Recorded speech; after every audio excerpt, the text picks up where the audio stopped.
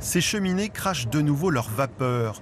Les 2 réacteurs de la centrale nucléaire de Belleville à pleine puissance après des mois de maintenance.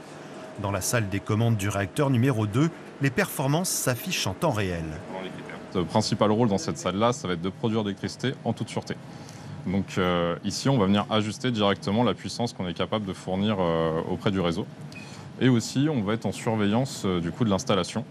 On va pouvoir agir sur du matériel, le surveiller. Depuis cette salle, les opérateurs peuvent contrôler plus de 500 paramètres. Là, par exemple, c'est la température qui est mesurée en moyenne actuellement dans le réacteur. Et ça, c'est la température que la régulation demande. Vous voyez, il y a un écart de 0,2 degrés actuellement. C'est totalement conforme à la régulation. La centrale nucléaire produit l'équivalent des besoins en électricité du centre Val-de-Loire.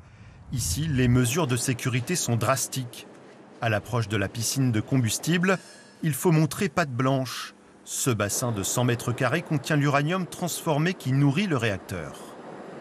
On fait toutes les opérations de manutention, de stockage.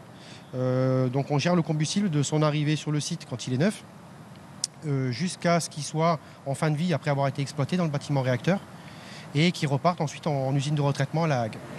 La radioactivité est contrôlée en permanence à l'aide d'un dosimètre. L'étanchéité des réacteurs, elle, doit être constante.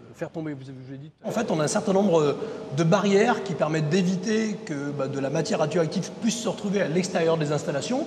La première barrière, c'est la gaine du combustible. La deuxième barrière, c'est le circuit primaire, c'est le circuit dans lequel circule l'eau chaude qu'on va utiliser pour faire de la vapeur. Et la troisième barrière, c'est le bâtiment. On teste son étanchéité tous les 10 ans pour garantir qu'il est bien étanche. Et donc, c'est pour ça que ce bâtiment est fermé.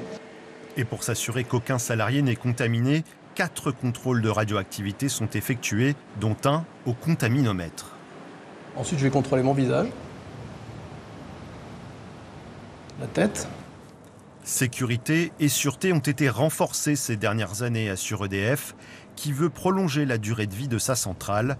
Objectif, atteindre les 60 voire 80 ans.